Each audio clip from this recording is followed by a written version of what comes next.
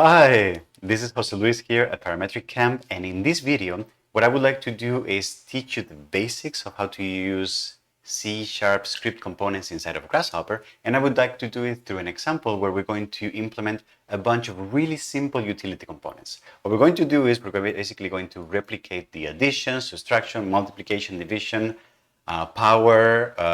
This is not, this is square root, actually. Square root. Sorry, the square root, the absolute value of, so it's going to be very simple mathematical operations. Then I'm going to show you how to do some string manipulations, such as finding the length of a string, concatenating two strings together, or getting each one of the characters, a string, oh my God, string characters, or finding the characters of a particular string and outputting them as a list. And last but not least, I would like to replicate two components that I like a lot, which are the numerical sequences for series and for ranges. And I would like to use those as a way of explaining also how to output lists as data from components and how to start thinking of data types that are not only exclusive, that do not exist on vanilla C#, but are actually part of the Rhino software development kit. And therefore, it will be a small introduction to how to use data types that are coming from Rhino Common, even though we will see those topics in depth in further videos. Okay? So this is going to be like a super quick, hands-on, very simple set of utility components for this plugin that we're building, the Parametric Camp toolbox. All right? So if you want to warm up a little bit, I suggest you follow it. Or if you find this very trivial, you might be welcome to like speed this video up really fast or simply skip it. It's not going to be much of a big deal. Okay, so let's get hands-on. Okay, so let's get started. So the first thing we're going to do is we're going to start creating a bunch of simple arithmetic like addition, subtraction, multiplication, and division. And maybe the power one, which is also kind of interesting. We're going to do them really fast because it's going to be super easy. So the way we're going to do that is the first one is going to take a little more time. So we're going to drop here a C# script component. And then because I want to mimic a little bit the spirit of Grasshopper, what I'm going to do is I'm going to rename the inputs so that they feel like the original component. So I'm going to rename this to capital A. I'm going to rename this to capital B. And I'm going to rename this to capital R, because if I left it at A, both inputs and outputs with the same name on a C# script component do not work. They will give me trouble down the road. So I'm going to rename that as such. And then what I'm going to do is because what I want to do is I want to add two numbers. What I need to make sure is that the input type of A is going to be of the type double. Remember, double is a number with a lot of decimal precision, and the input for B is also going to be double. Turns out that the original addition component can add not just numbers, but other things such as complex numbers, such as vectors, such as points. We're not going to get into that so far, okay? The idea of like multiple types, etc., is a little complicated. So I'm going to remove this, and then for the sake of testing, I'm going to add here a couple of sliders. This is going to go from -10 to +10. Remember, negative numbers also deserve attention, you know? And then we're going to put that in there. I'm going to put that, this is a little too much. I'm going to just put it in here, another one in here. And then I'm going to plug in a small panel to see the result of my operation. So that's going to be this one here.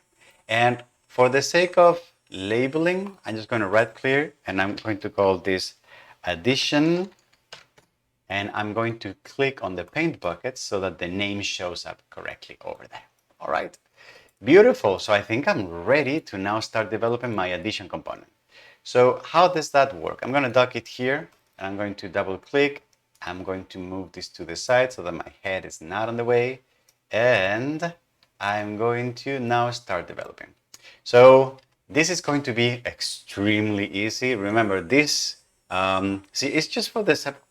We're warming up here. But if you know C# and you know, you're probably really easy with what we're going to see in this video. So there's two ways we could go about this. So we could do it the really nice verbose way, where we say I'm going to create a new variable That's going to be called, for example, sum, and that's going to be the result of input A and input B. And remember, they're already double because I have right-clicked here and set those type hints, okay? And I'm going to say, so here that would be the calculations or the algorithm. That's the algorithm that we compute. And then here, the output would be R equals the result of that calculation, all right? This, I find it a super clean, elegant, maybe it has a little bit of overhead because of this variable, but it's a really nice and clean way of writing C# script components. I very much like having all the algorithm and all the logic at the beginning, and then making sure that the outputs are released or are assigned by the very end of the script. It's just a little thing that I like. Some people just assign the output right away when they have the result, whatever. It's a matter of taste, okay? So we could do this, and this would work. So if I click play, you see that this already and you can see that now I have like negative and negative, so these both are working really well. Or if you are more of the shorthand kind of person, I'm going to comment all of this out. You could also just, because it's a very simple operation, you could just say, okay, well, maybe I can just get away by saying the result is going to be A plus B. Okay, so we just shorthanded in one go. That works, and it's going to be, you see, if I hit play, the component compiles and it's the same thing. It's just that, you know, when things start getting more beefy and there's more code, this kind of shortcuts are not. So especially for the education, I like being very verbose. So what I'm going to do is I'm just going to stick to this formula. I'm just going to stick to detaching the algorithm, so all the logic and stuff, which will start getting more complex as we progress in this series. And then I'm going to make sure that at the very end, I assign the outputs correctly. So R, A, whatever those are. Okay? Beautiful. So I hit that, and then I have my addition component ready there. So now I can just pretty much copy and paste and say, well, this is going to be subtraction. Subtraction. I'm going to not do full caps addition. So subtraction, and then here what I do is I'm just going to replace this. Subtraction is A minus B, and then this is sub. And then as I do that, you can see that 10 minus 10 equals 0. All right, and this is negative 10 minus blah, blah, blah. It's 20. I think this is looking pretty good. Okay, so now what about multiplication? Same thing. I'm just going to, right? And then for the sake of it, perhaps because I'm going to start copying and pasting a lot, I don't want to be renaming the variables all the time. So maybe I'm just going to name this result, and then result, and then result here is going to be A times B. Duh, you know? And then for division, all right, so for division, here I'm just going to double click, and you can see that I have A divided by B. Okay, I hit run, and this works. 10 divided by 10 is 1, 10 divided by blah, blah, blah, negative, so it works. Okay, alrighty. What about, is there a few other more advanced? So we have power, we have absolute value, I also like, and we have the square root. So I'm going to try those out. So I'm going to do this, and I'm going to say this is going to be power. Okay, so A to the power of B. And the way I'm going to do that is that the result is going to be math dot power of A to the B. And 10 to the 10 is going to be, so 10 to the second, 10 to the third is going to be 1,000. So this is looking good. So what about the square root? So for the square root, we don't need two inputs. So I'm going to delete this, and I'm going to zoom in and delete that one. And you can see that the component goes red. The name B does not exist, and that's because the code still has here inside, it has this B here. All right. So the result now is going to be math dot, and I need to find the square root of the value of a. And the output is going to be this one. Okay, so the square root of 10, the square root of 9, the square root of 6, the square root of 4. Okay, so it looks like it's working. And I'm also going to do the absolute value. All right, absolute value. So that's going to be very simple. It's going to be the same thing. It's going to be AVS of A. So 4 is 4, blah, blah, blah. And then when we go negative, we still stay positive here, which is great.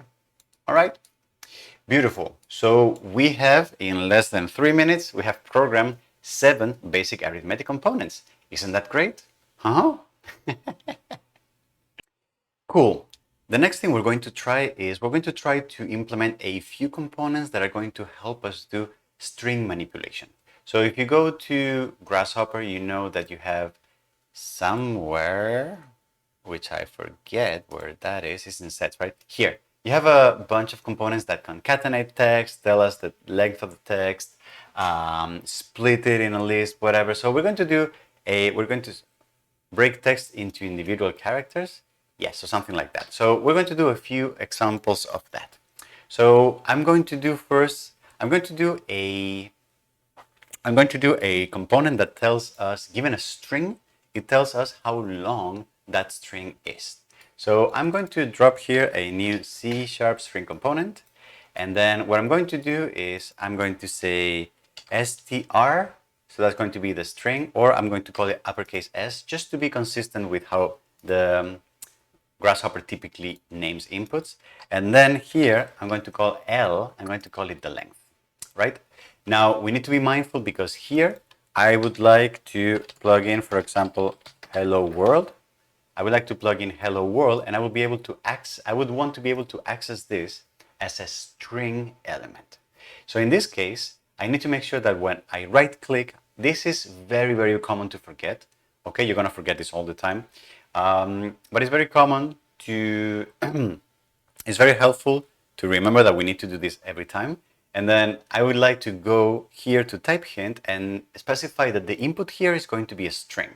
So that when I double click, you can see that already here as an argument, we have a string argument called S.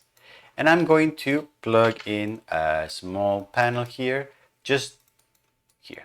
All right, so now what I want to do is I need to compute here string length. And this component all of a sudden just grew very large. Okay, what I want to do is I want to compute the length of this string. So what that means is that, as I said, here I'm going to have the algorithm, and here I'm going to have the outputs. For the algorithm, I'm going to define a variable called of a type integer, because it's a count, is how many elements. And for this integer, what I'm going to do is I'm going to say that I want to read the length property of the string element. And then the output is going to be that result. Let's see if that works. I'm going to press play, and it turns out that yes, hello world is 2 words with 5 characters each, plus the white space, plus the exclamation sign. So that is 12 characters. If I were to change this, blah, blah, blah, blah, blah, then it would be many more. But I don't want that, okay? So this is, for example, how we can calculate with a component the length of a string. Now, what about concatenating 2 strings together? All right, so we can do that too. So I'm going to copy this one here. I'm going to copy this one just because I already have the 2 inputs.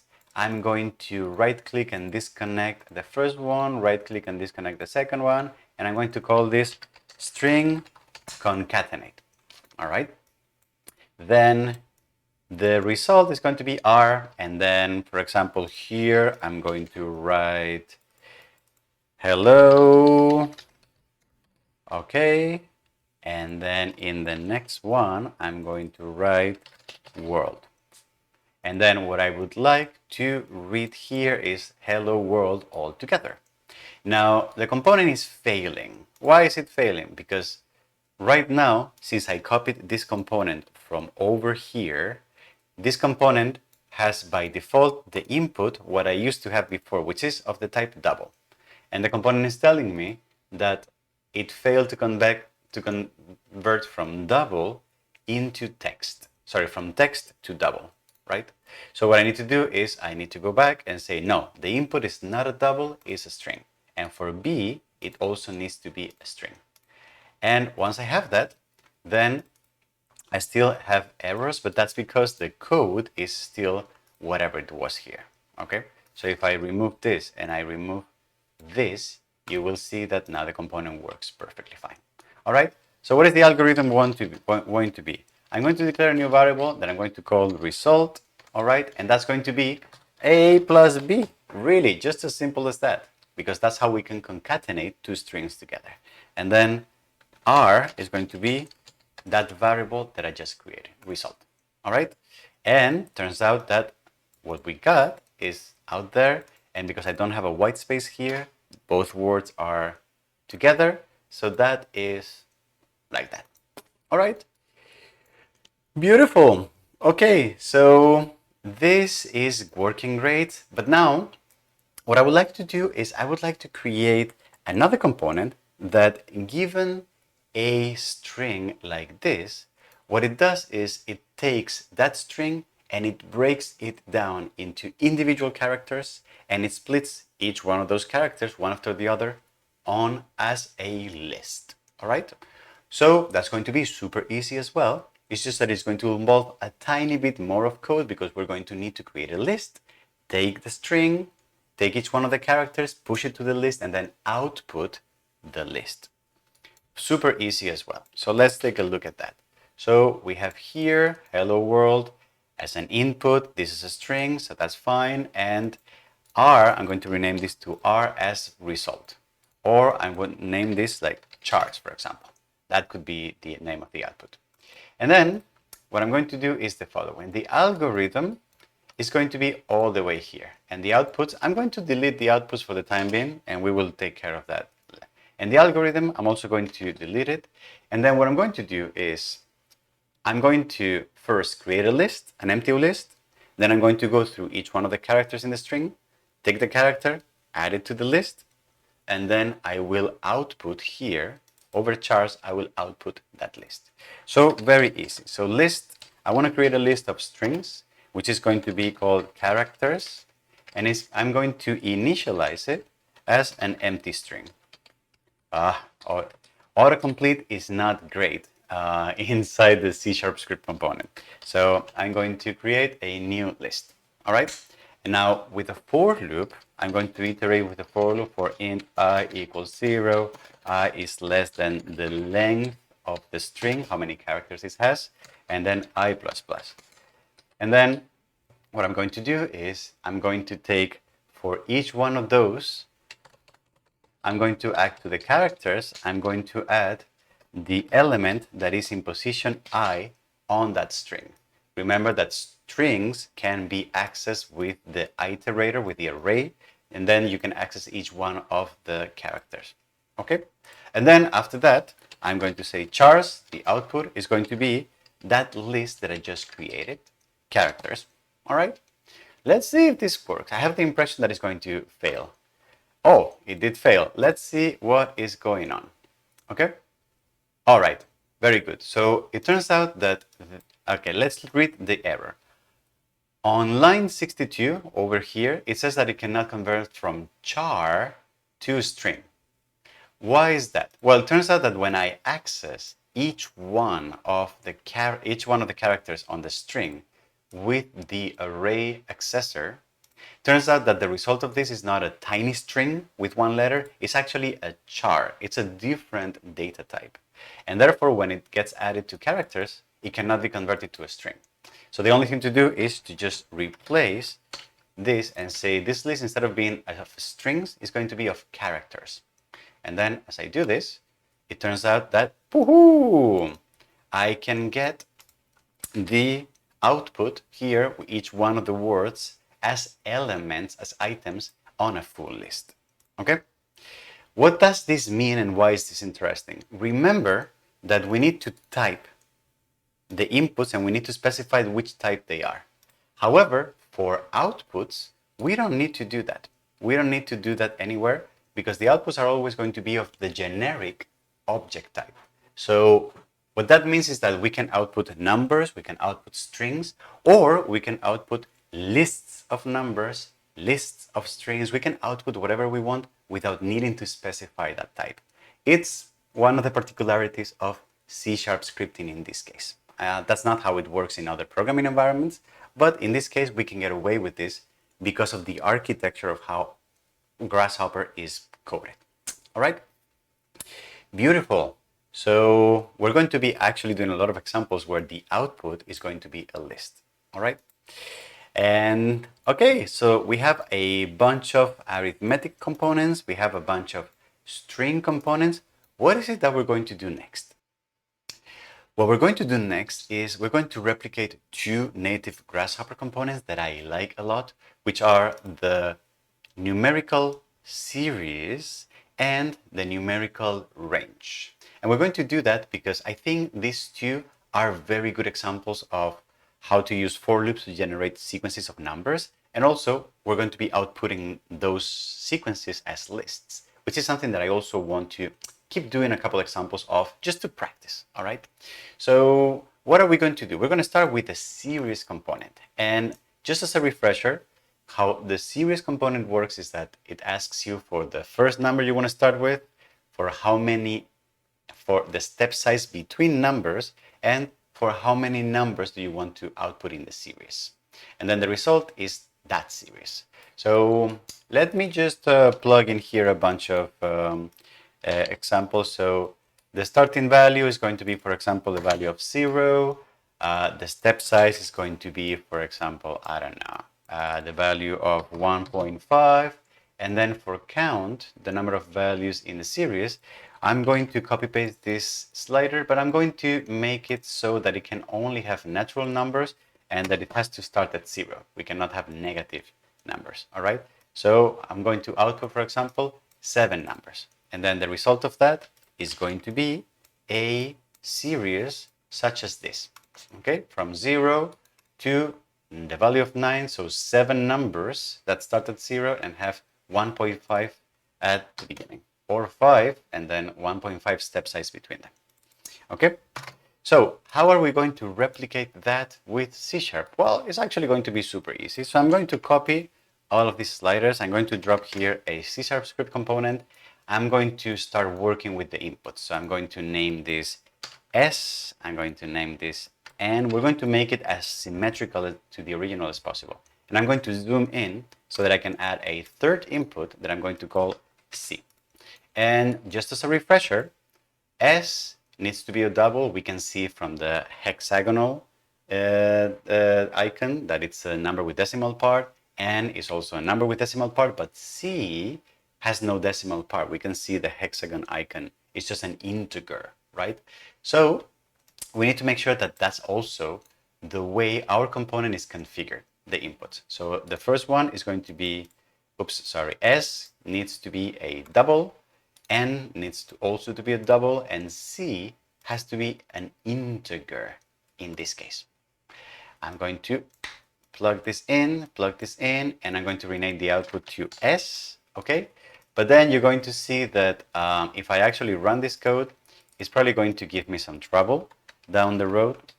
Let me see if I can make it give me trouble. So here would be the algorithm, and here will be the outputs. So if I run this code, exactly, now I have problems, which is that the parameter name S is duplicate, all right? Which means that I have an input called S and I have an output called S. Native Grasshopper components can do that because they have a way of having underlying real names, and what we see here is only just a nickname that can be changed. But for C# script components, we don't have that flexibility. So a very common thing to do is to just name this S out. And you see that the error now goes away because I don't have duplicate names. Beautiful. So I'm going to plug this in here. And then I'm going to just write here a simple for loop that creates a list of numbers. If you're familiar with C#, if you have done our previous learning C#, playlist, you should be already familiar with this. So I'm just going to write it right away. So I'm going to say, I'm going to create a list of doubles and I'm going to call them values. And that's going to be, and I'm going to initialize that list to an empty list here, all right, of the type value, correct? And then with a for loop, I'm going to say for int I equals 0, I is less than c, which is the amount of numbers that we have in this list, and then I plus plus, and then what we're going to do is we're going to calculate this value. The value of v is going to be equal to the value of s, so the beginning, plus how many times we have iterated, so that's going to be I, times the step size. So between numbers, that's going to be n. So every time we iterate, we say initial value plus the step size times how many values we've already calculated. And then we just add that to v, to the list of values. Sorry, to the list of values, we add the value of v. Okay? And it's so simple as that. And then s out is going to be equal to that list that we just created. Let's see if this works. Woohoo! Hooray! It works. It looks pretty good to me. So I'm going to move this 5, 6.5, 8, 9.5, 11, and then we reduce the step size, and then we have more or less elements. All right, this looks great to me. Beautiful. We are doing a great job. Woohoo! Woohoo! Just I'm going to add here a custom name, series, and beautiful. So I think we are ready now to do the next one, which is going to be a numerical range. Let's go. So I'm going to, just for the sake of having a reference here, I'm going to drop here a range component. I'm going to delete the original one. I'm going to drop here a range component, and for this one, we're going to take a closer look at the component because this one is going to be a little particular. The range component, if you remember, is a component that creates also a sequence of numbers, but instead of working like series where we specify the start and the step size, what we specified with range is the start and the end. And then range takes care of distributing more or less numbers in between those two extremes. Here we control the beginning and the interval. Here we control the beginning and the end. And the interval depends on how many elements we have. But what is particular about range is that n takes the number of steps, so we can take that right away and plug it in here. However, d takes this thing called a numerical range. So if you are good with C#, but you're new to Rhino or the Grasshopper world, you might wonder, what is a numerical range? What is that? Well, it turns out that numerical domains or numerical intervals are a data type that is not part of the .NET framework. It's not part of C# out of the box, but it actually comes with Rhino and Grasshopper. It's something that is additional, and we have access to it because we live in Rhino world. If we were outside, we would not have that. We have not yet seen how to use Rhino specific data types. I'm actually holding on to that for the next few videos, and that will really involve like geometry types, for example. So I'm getting myself a little ahead, but I think it's going to be an interesting practice to just take a look at how that looks. All right. So in Grasshopper world, what we would do is we would create a domain before this to feed it to the range component. So I'm going to go here to mathematics domain, and I'm going to construct a domain from two numerical values. And that's going to be these two numbers, for example. That's going to be from 0 to 10, right? And that's going to be the start and the end. And then here I'm going to plug that in here. So I have an interval. And then what I'm going to get is a range of values that goes from 0 to 10 and with the interval being whatever it has to be to match those. Okay? Beautiful. So that is great. So how am I going to replicate this in C#? Well, it's going to be also super easy. I'm going to drop here a C# script component. I'm going to call this range, and I'm going to click on the bucket. I'm going to give this a D, an uppercase D, and then I'm going to call this uppercase N, and then this one, N, is going to be of the type integer, so that it is these many steps here, correct? And then for D, what you're going to see is that for the type hint, it's not going to be here anymore, which are .NET, well, actually complex. I don't think complex is from .NET. Actually, I'm not sure about that. Now that I think it's probably .NET. There is probably a numerics complex namespace. Anyway, but if we go here, you can see that among the structs, we can find interval, which now is a Rhino common data type. I will explain what that means in the next few videos.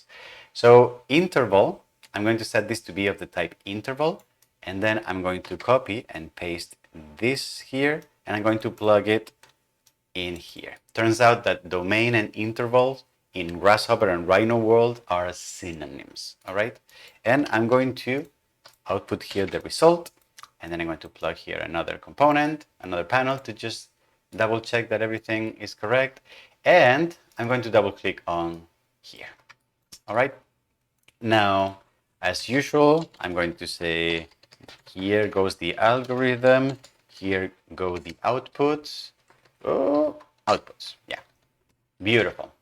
And then, how are we going to do this? Well, what we will need to do is we will need to say, excuse me, in order to generate this range, we're going to follow a very similar process like the one before, except that before going through the list and iterating and creating the new numbers, we need to calculate the step size. And the step size is basically going to be however long the interval is, so the biggest number, in this case 10, minus the smallest number, divided by the amount of gaps that we want between them. So in this case, what I need to do first is I need to calculate the step size. So I'm going to say step is going to be what? It's going to be the length of the interval, so the maximum value minus the minimum value, and that I can access by saying d dot, and you can see that the development environment, the script development environment already gives me access to the fields, the properties, and the methods of this particular object, d, and of the interval struct, the interval class. So if I go down here, you can see that intervals have a lot of stuff. They have the length, right? They have the minimum and maximum, but what I'm looking for is for T1 and T0. T1 is the value at the end of the domain, and T0 is the value at the beginning of the end. How do I know this? Again, I know this because I've used Rhino Common a lot. I know where to find the documentation and read to it, but I will explain all of that in the next video. All right? So I'm going to say T1, which is the upper bound of the domain, minus D dot T0, which is the lower bound of the domain. That is going to give me a signed length. So if T1 is smaller than T0, then this number will be negative, which is fine because the step size can be negative as well. And I'm going to divide this by n, which is the amount of elements that I have, the amount of gaps that I have between numbers. So this is going to be the step size. And then after that, I'm super lazy, so I'm just going to go here and copy and paste this. Okay, so I'm going to copy and paste. I'm going to create a list of doubles. I'm going to iterate between I equals 0, I equals n plus 1, because remember, n is the number of steps between numbers. It's not the amount of numbers. So because it's the amount of gaps, the amount of numbers is the amount of gaps plus 1. So then v is going to be the starting value, which in our case was d dot T0, so the lower bound of the interval, plus how many numbers we have calculated times the step size that we just calculated here. all right? And then I'm going to add v to the list of values, and I'm going to say here that the result is going to be equal to those values. And I'm going to hit here, and I believe this is correct, all right? So I'm going to, and this should be 9 values and 9 values, and you can see that we're getting very similar results, etc. So I think this component is working well. All right. Now, warning: if I went through this a little fast again, because for this series, I'm assuming that you're familiar with C# programming and with creating basic numerical algorithms. If you found this a little confusing, not the interval part, that I will get back to in a second. But if the whole creating a list, iterating with a for loop, and this kind of like plus, minus, blah, blah, blah, whatever, if you found this a little confusing, you may want to go back to the Learning C# playlist and reinforce your C# writing skills, or you may just want to stick here, and maybe through working together with us, you will also get a bit stronger on that end. Okay. All right, beautiful. So I think we can remove this already, and we now have our 2 custom components for creating numerical sequences. All right, and yes, I think this is going to be a good introduction. This set of utility components. I'm going to spend a few seconds just cleaning them up a little bit and saying like, oh, this is arithmetic, and this one here is string manipulations, and this one here is going to be numerical sequences. All right, and this here, I forgot how do you write a scribble. Scribble, yes. So this is going to be the what is going to be utility components, right? And we're going to crank that up a little bit. All right, and that's going to be those. So these are going to be the prototypes, because when we make our plugin, I will want to click on the plugin and then have a tab here, utility components, and then we'll have here arithmetic, string, numerical sequences, and then we'll have another one like meshes, or we have another one surfaces, whatever. So I want to start organizing them in a way that will make it easy for us to then implement it into the plugin. Okay? Beautiful. So I think with this, I'm quite happy with where we are. I just wanted to make a few examples to warm up to creating Grasshopper components with C# scripting. And then what I would like to do next is like now get into the cool stuff, which is how can we... So what I wanted to do here is just constrain myself to doing operations that could be done with vanilla C# or with C# operations that come out of the box. But now I want to move on to the cool stuff, which is like doing geometry operations, right? And for those, we're going to need to use Rhino Common. And for that, I would like to spend a little bit of time explaining what Rhino Common is, how it's related to Rhino, to Grasshopper, and to programming within those 2 environments. And then we can see examples of how to apply the nice geometry types that come with Rhino Common and use them in our components. So that's going to be the core of the next few videos in the series.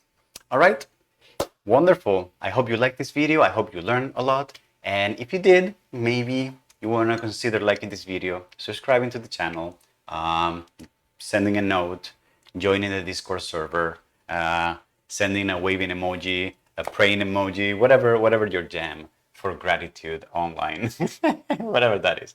That helps us a lot to share the message across the internet. Okay?